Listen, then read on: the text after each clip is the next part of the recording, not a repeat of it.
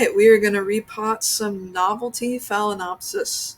These Phalaenopsis are all from Bretren's Orchids. There's two blue ones and I think it's like a yellow and pinkish one. Obviously, they're not in bloom, which is why I'm repotting them.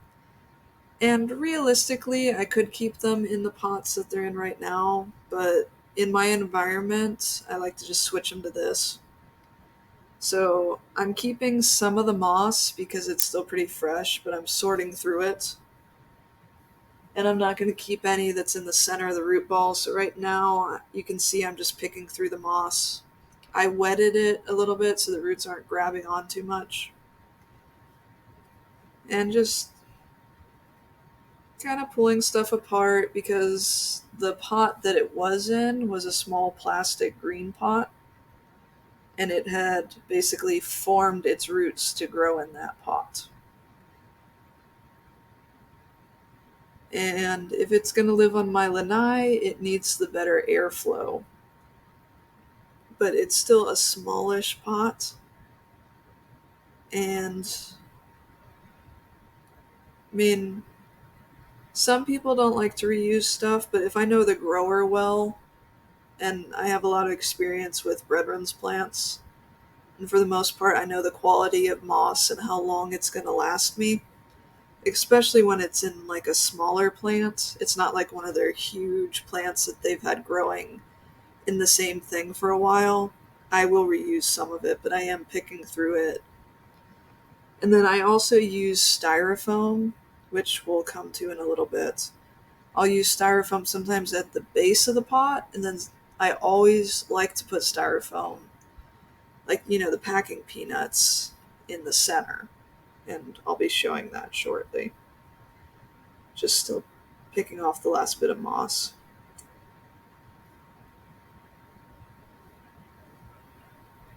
And then kind of getting a little out of frame, showing you the good roots that we have, and checking to see if I need more moss, and just kind of taking an eye at it. Alright, we are going to repot some Novelty. Okay, cutting off some dead roots and probably the spike here, so I am sanitizing with my blowtorch.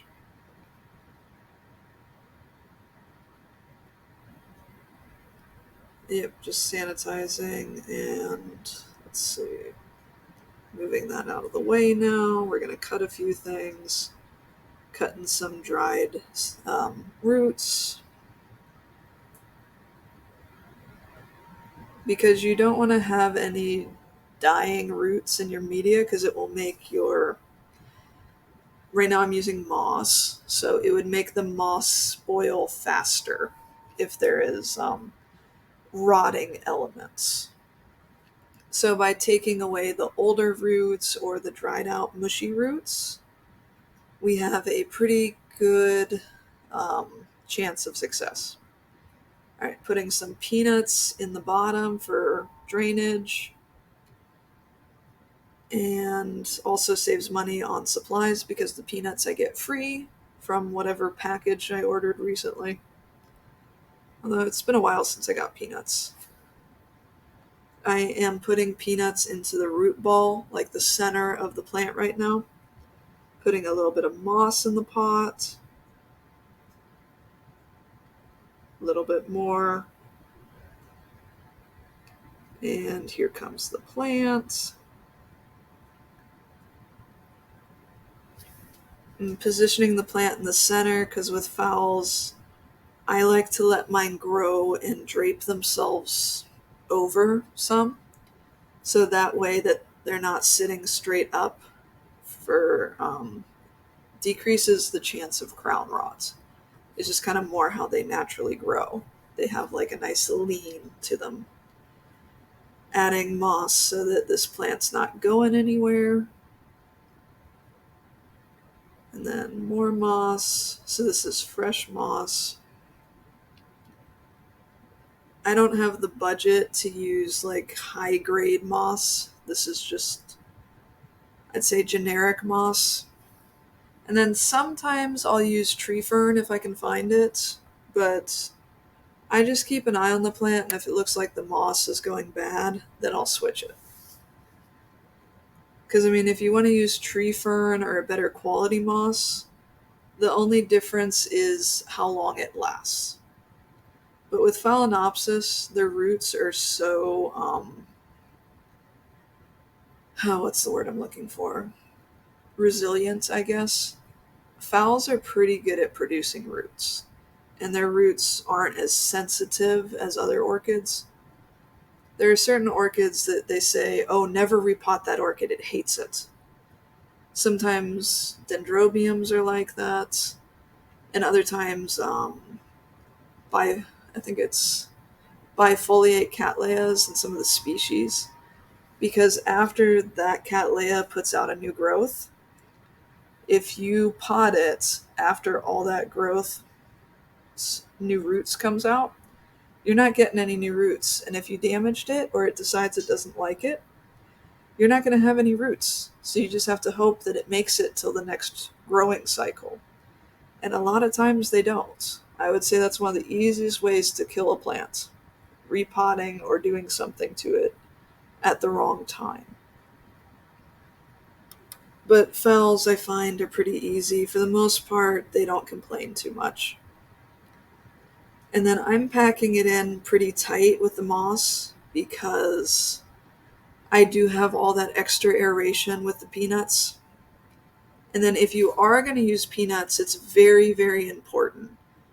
You never want to use biodegradable peanuts. You want to make sure you have the peanuts that are meant to last.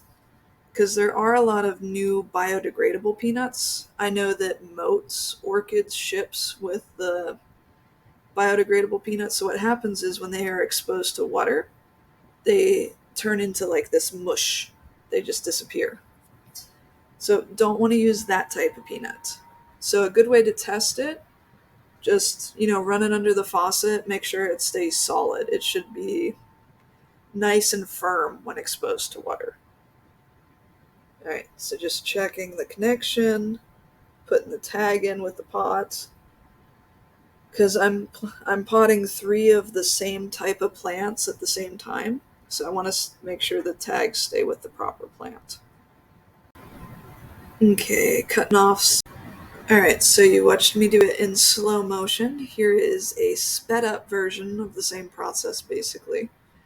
And I cleaned up and sanitized a little bit in between each plant.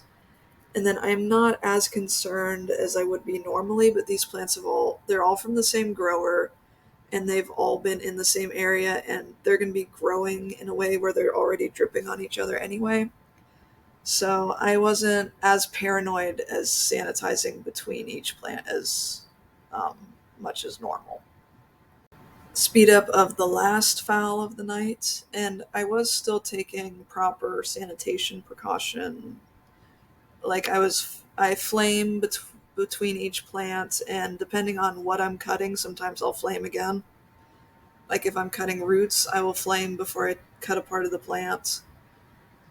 I mean, it doesn't hurt to overflame, which is how I sanitize my cutting utensils. And yeah, hopefully you guys enjoyed this. I thought it was kind of fun to see the slow process, then the sped up process.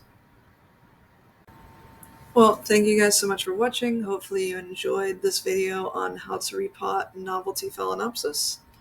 This is just one of the ways that I do it. This works pretty well in my environment. There are obviously many other ways to do the same thing. I know if I grow these inside, I prefer tree fern or bark, but since I'm growing them outside, there's enough airflow to do moss, and I don't water enough, so the moss helps me with not watering enough. Still need to water more, though. Beside the point. And also, I'm doing as many repotting and mounting projects right now because we have an old table which is on its last life. It was a refurbished table that we got off of Marketplace, painted it, and did all that, and we are being adults. We bought a table, so I won't be doing stuff on the new table. So I will have to either do stuff on the weekends, or do stuff when my husband gets off of work, or attempt to get both kids to nap, which is like a hail, not a hail Mary, or it's basically like a miracle. It does not happen very often. So trying to get as many little projects as I can on the old table done, and yeah, so that's why I repotted 3 phals. And I've also repotted a bunch of other stuff. I was gonna film some, and then it's nice to film, but it's a lot slower process. I can get a lot more done if I don't film. But I also want to make sure that anything that I do that I feel like offers educational or sorry, I'm losing my voice.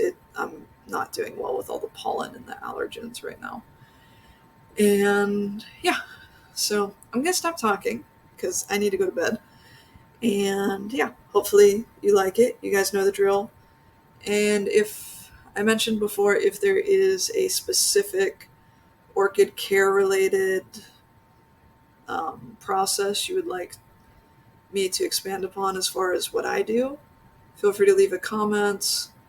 Let me know if there are certain videos that you guys want. I know Crawl Smith is coming up in April, and I have seen the vendor list, and it looks amazing.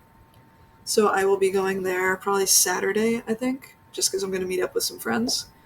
But yeah, and as I mentioned before, the community post is where I'm posting all the shows. So I will post a flyer for that show. And leave a comment if you don't know how to get to the community post area. I'm assuming most people know how. But if not, maybe I can kind of walk you through it. Or if no one, if you guys are not finding the community post, I can start doing the shows in the video again. So let me know what you think on that. But for now, that's it for now. And as always, keep growing. See you on the next video. I can't even talk anymore. Anyway,